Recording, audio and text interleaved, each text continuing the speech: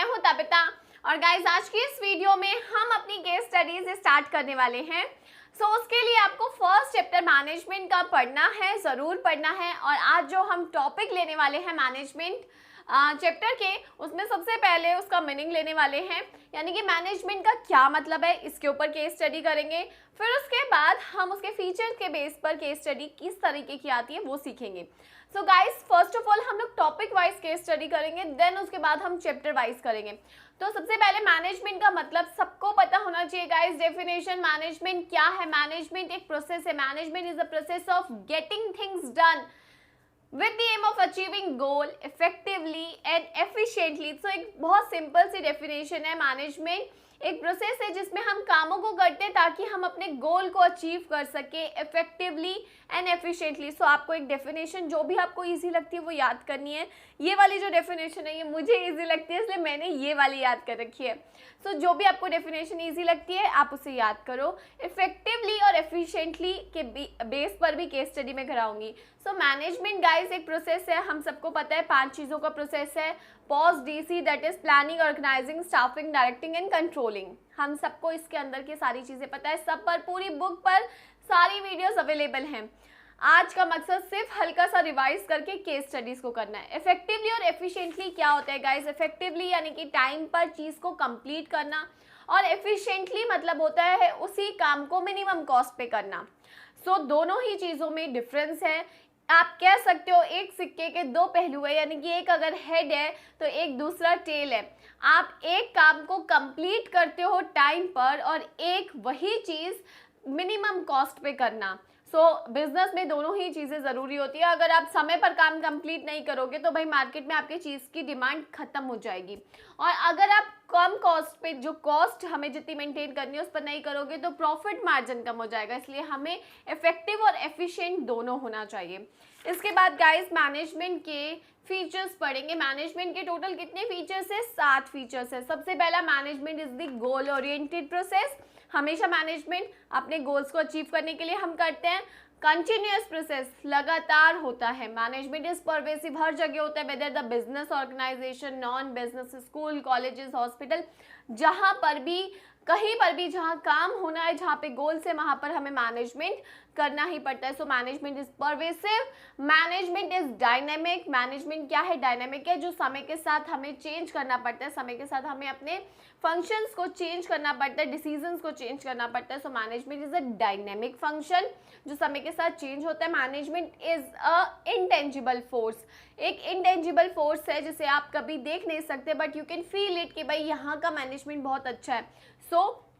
Management is intangible force. 6 is management is a group activity. हमेशा management एक group activity है। कैसे? क्योंकि इसमें हम बहुत सारे लोगों को साथ मिलकर लेकर चलते हैं ताकि एक कॉमन गोल को हम कंप्लीट करा सकें। और वो सारे लोग अलग अलग नीड से, अलग अलग डिपार्टमेंट से होते हैं, बट हम फिर भी सबको मिला के चलते हैं ताकि हमारे बिजनेस का गोल कंप्लीट हो सके। And the last one is management is multi dimensional या मल्टी फेज्ड। मल्टी डायमेंशनल मतलब क्या होता है कि मैनेजमेंट हम मल्टी चीज़ों का करते हैं। सबसे पहले मैनेजमेंट करते हैं काम का, मैनेजमेंट ऑफ वर्क। दूसरा करते हैं मैनेजमेंट ऑफ पीपल, यानी कि उस काम को करने वाले लोगों का मैनेजमेंट। उसके बाद उस पूरे ऑपरेशन का। तो 3 चीज़ों का मैनेजमेंट किया जाता है, मैनेजमेंट ऑफ वर्क और उसका करने वाले लोगों का, मैनेजमेंट ऑफ पीपल, फिर पूरे ऑपरेशन का, मैनेजमेंट ऑफ ऑपरेशन। अब हमने ये चीज़ें पढ़ी गाइज, अब इसके बेस पर हम केस स्टडीज़ करेंगे। आपको सबसे पहले मैनेजमेंट के जो डेफिनेशंस बुक में दे रखी हैं किसी ऑथर की, कोई भी ऑथर्स जो भी दे रखे हैं उनको एक बार ज़रूर रीड आउट करना है, क्योंकि कई बार हमसे वो डेफिनेशन दे देते हैं और उसके बाद पूछते हैं कि ये किसकी डेफिनेशन है। नेम तो नहीं पूछेंगे आपसे कि कौन से ऑथर की है, बट मैनेजमेंट की है। आप तब कंफ्यूज हो जाते हो कि प्लानिंग की तो नहीं है, ऑर्गेनाइजिंग की तो नहीं है। एक बार जस्ट रीड आउट करना है, राइट। अब जैसे कि मैं फर्स्ट क्वेश्चन आपके सामने डिस्कस करती हूँ। Name the process of designing and maintaining an environment in which individual works together in group efficiently accomplishing selected aims. देखो अभी तो हम सिर्फ मैनेजमेंट पढ़ रहे हैं तो हम इसका आंसर बहुत अच्छी तरीके से दे सकते हैं, लेकिन जब ये क्वेश्चन पूरे बुक के साथ मिलाकर आता है या पेपर में आता है तो हम यहाँ कंफ्यूज हो जाते हैं। इसको कैसे पहचानना है? देखो मैनेजमेंट हमें नहीं पता कि मैनेजमेंट है, लेकिन ये मैनेजमेंट है, लेकिन कैसे पता लगाएं? सो इन्होंने बोला नेम द प्रोसेस, उस प्रोसेस का नाम बताओ जो डिजाइन करता है और मेंटेन करता है एक ऐसा environment in which individual works together, सब लोग काम करते हैं in groups efficiently accomplishing selected aims, ताकि जो हमें गोल दे रखा है, जो हमारा एम है उसको कंप्लीट कर सके। सो गाइज वो प्रोसेस कौन सा है जो हमें बांध कर चलता है कि हमें अपने गोल्स को अचीव करना है। सो इसमें जो सारे फीचर्स आ रहे हैं वो मैनेजमेंट के नज़र आ रहे हैं, चाहे वो ग्रुप एक्टिविटी है, चाहे वो डेफिनेशन से एफिशिएंटली लिया हो, चाहे वो गोल ओरिएंटेड हो। सो ये क्या है, ये मैनेजमेंट के बारे में बात हो रही है। So that is the process, किसका प्रोसेस है ये? Management is the process of designing and maintaining an environment in which individual works together in groups efficiently accomplishing selected aims। ठीक है, तो फर्स्ट हम आसानी से कर सकते हैं। सेकंड है Meera argues that management is required in all kind of organization, whereas Piyush feels that management is not required in non-business organizations such as a school, club, hospital, etc। Who is correct? आपके हिसाब से कौन correct होना चाहिए? मीरा कहती है कि भाई मैनेजमेंट हर जगह चाहिए, लेकिन पीयूष कहता है कि भाई management not required in the non business organisation. यहाँ पे मैनेजमेंट 2 बार आ रखा है, सो एक बार हम इसे डिलीट कर देते हैं। अब सबसे पहले आप बताओ कौन सही है? यहाँ पर मीरा सही है, क्योंकि management is a pervasive function, management हर जगह चाहिए होता है हमें। ये थोड़ी है कि भाई हॉस्पिटल है तो वहाँ पे मैनेजमेंट नहीं होता, या स्कूल है तो वहाँ मैनेज नहीं होता।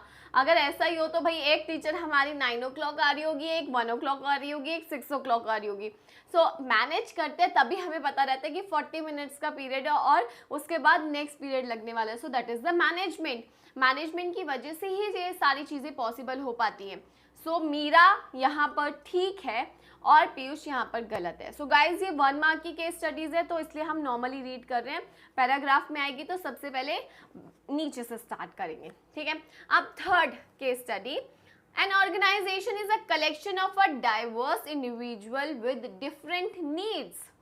एक ऑर्गेनाइजेशन जो होती है वो कलेक्शन होती है बहुत सारे डाइवर्स इंडिविजुअल्स की, अलग अलग इंडिविजुअल्स की, जिनकी अलग अलग नीड्स हैं। Which characteristics of management is highlighted in this statement? कौन सा characteristics management का यहाँ highlight हो रहा है? So guys total 7 है फीचर्स जो कि आपको टिप्स पर याद होने चाहिए। अब यहाँ पर किसके बारे में बात हो रही है? सो देखो यहाँ पर बात हो रही है जहाँ पे हम इंडिविजुअल्स, अलग अलग इंडिविजुअल्स को साथ लेके चलते हैं और सबके नीड्स अलग होती है, लेकिन फिर भी हम उनको साथ लेके चलते हैं। सो यानी कि ये कौन से ऑब्जेक्टिव की बात हो रही है? यहाँ पर बात हो रही है ऑब्जेक्टिव कह रही है, सॉरी, कौन से फीचर्स की बात हो रही है? Management is a group activity, क्योंकि मैनेजमेंट हमेशा ग्रुप को किया जाता है। मैनेजमेंट एक ग्रुप को साथ लेके चलने की बात करता है और उन लोगों को साथ लेके चलने की बात करता है जो डिफरेंट नीड्स है, डिफरेंट बैकग्राउंड से, डिफरेंट डिपार्टमेंट से, लेकिन फिर भी हम अपने सिलेक्टेड एम को कंप्लीट करते हैं। सो ये क्लियर है केस स्टडी। तो यहाँ पर हमारे पास 7 टिप्स पर होने चाहिए फीचर्स और उसमें से हम इजीली आइडेंटिफाई कर सकते हैं। फोर्थ केस स्टडी जो है गाइस, उसमें क्वेश्चन पूछा गया है नीचे ए और बी। तो जब भी हमें कोई भी केस स्टडी जो पैराग्राफ में आएगी या जिसके नीचे क्वेश्चन होंगे, तो सबसे पहले हम क्वेश्चन पढ़ेंगे, जैसा कि हम नॉर्मल अपने पैसेज में करते हैं। अनसीन पैसेज जो हमारे इंग्लिश में आते हैं कि हम क्वेश्चन पहले पढ़ते हैं और उसके बाद हम देखते हैं कि अनसीन पैसेज में हमें ढूंढना क्या है, राइट। सो यहाँ पर भी हम क्वेश्चन पढ़ते हैं, is the manager effective and efficient, give reason. यानी कि ये पूछ रहा है कि मैनेजर आपका इफेक्टिव था या एफिशिएंट था, आप हमें रीजन बताओ। सो अब क्वेश्चन पढ़ते हैं, a company's target production is 5000 units in a year. कितना टारगेट था? 5000 यूनिट्स एक साल में। To achieve this target the manager has to operate on a double shift. Manager को इस टारगेट को कंप्लीट करने के लिए गाइस डबल शिफ्ट पे काम करना पड़ा और उसके बाद due to power failure most of the time, बहुत ज़्यादा लाइट जाती थी वहाँ पर, इसलिए बेचारा वो डबल टाइम काम करता था। The manager is able to produce 5000 unit but at a higher cost of production. Cost जो आई वो ज़्यादा आ गई। अब देखो 5000 का टारगेट पूरा हुआ, दैट ही इज़ इफेक्टिव। उसने समय पर काम कंप्लीट किया, हाँ जी किया, तो वो इफेक्टिव है। बट क्या उसने मिनिमम कॉस्ट को भी अचीव किया, यानी कि उसके अगर हाथ में दो चीजें थी तो क्या उसने दोनों चीजों को अचीव किया? नहीं। तो वो इफेक्टिव तो है बट एफिशिएंट नहीं है, क्योंकि उसने कॉस्ट मिनिमम नहीं मेंटेन करी, उसकी कॉस्ट ज़्यादा बैठी। So he is not efficient at all, ठीक है, ही इज़ इफेक्टिव। अब वो आगे पूछता है why is it important for a manager to be both effective and efficient, क्यों होना चाहिए? सो मैं आपको इसका मतलब बता चुकी हूँ। अगर आप इफेक्टिव नहीं हो, अगर आप समय पर चीज़ें टाइम पर आपके टास्क कंप्लीट नहीं हो रहे, प्रोडक्शन नहीं हो रही, तो मार्केट में आपकी चीज़ स्टॉक आउट हो जाएगी और लोग आपका ऑल्टरनेट खरीद लेंगे, ठीक है। इसलिए हमें इफेक्टिव होना चाहिए। एफिशिएंट हमें इसलिए होना चाहिए बिकॉज हमें मिनिमम कॉस्ट पे ऑपरेट करना है, सो दैट कि हमारा प्रॉफिट मार्जिन ज़्यादा हो सके। इसके बाद है नेक्स्ट केस स्टडी, जो कि 5th है, और इसमें वो क्या पूछा गया है, identify bye coating the line from the above. मैं कौन सी लाइन पढ़ रही हूँ गाइस? 5th की। Identify the coating the line from the above paragraph the functions of management perform by Nisha. Guys देखो, फंक्शंस मैंने इसमें नहीं रिवाइज कराए हैं, बट क्योंकि पूरी बुक फंक्शन पर ही बेस्ड है, like planning, organising, staffing, directing, controlling, ठीक है।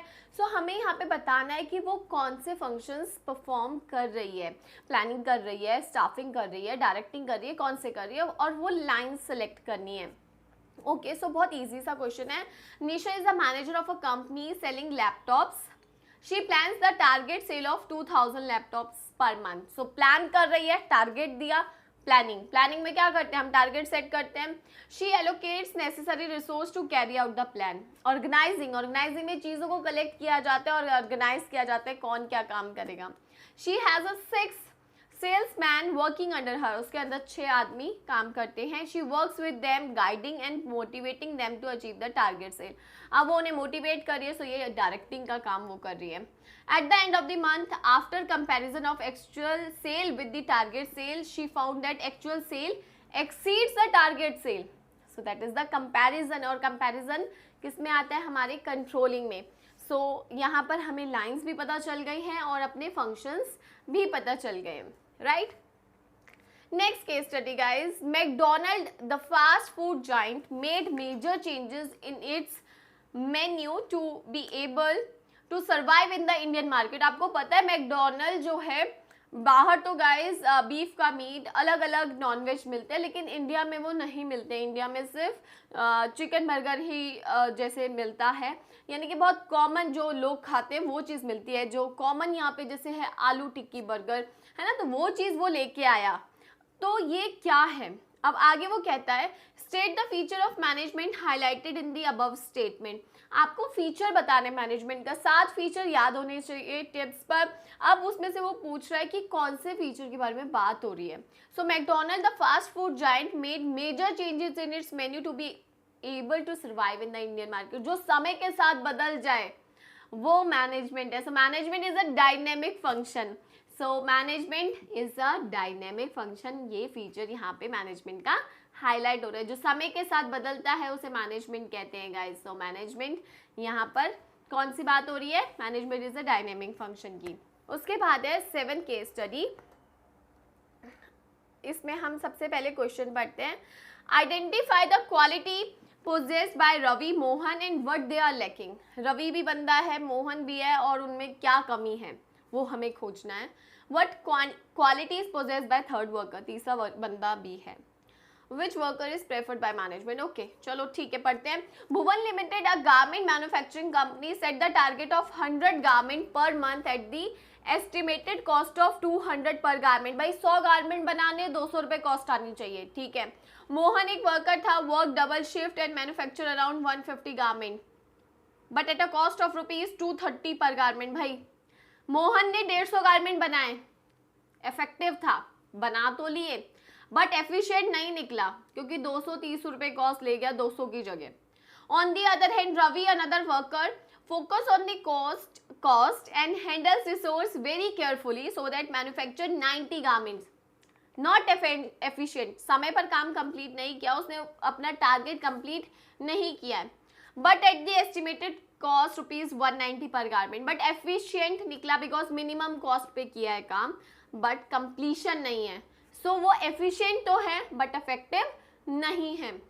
Third worker maintain the balance and achieve target 100 garments at the estimated cost of 200। Third worker ने सही काम किया, उसका कोई नाम नहीं बताया गया, उसने 100 गारमेंट बनाए 200 रुपए के, तो भाई वो दोनों चीज़ है, वो इफेक्टिव भी है, एफिशिएंट भी है। अब इन्होंने बोला था कि रवि मोहन के बारे में बताओ कि उनमें क्या लैकिंग है। सो रवि जिसकी कॉस्ट ज़्यादा आ गई थी, ही इज़ नॉट एफिशिएंट, ठीक है, क्या कमी है उसमें, वो एफिशिएंट नहीं है। मोहन के बारे में अगर बात करें, मोहन एफिशिएंट है बट नॉट इफेक्टिव, इफेक्टिव नहीं है। उसके बाद थर्ड वर्कर की क्या क्वालिटी है, he is efficient and effective both, दोनों है वो। Which worker is preferred by management, of course third worker जो समय पर काम कर रहा है और मिनिमम कॉस्ट पे कर रहा है, सो थर्ड वर्कर को। सो गाइज ये केस स्टडीज़ हैं जो आपको करनी है टॉपिक वाइज, सो दैट कि आपको पता चले कि इस टॉपिक से रिलेटेड इस टाइप के क्वेश्चन आते हैं। और आई होप आपको ये समझ आई होगी, और अगर समझ आई है तो प्लीज़ इस वीडियो को लाइक शेयर कमेंट ज़रूर करना और चैनल को सब्सक्राइब करना। Thank you.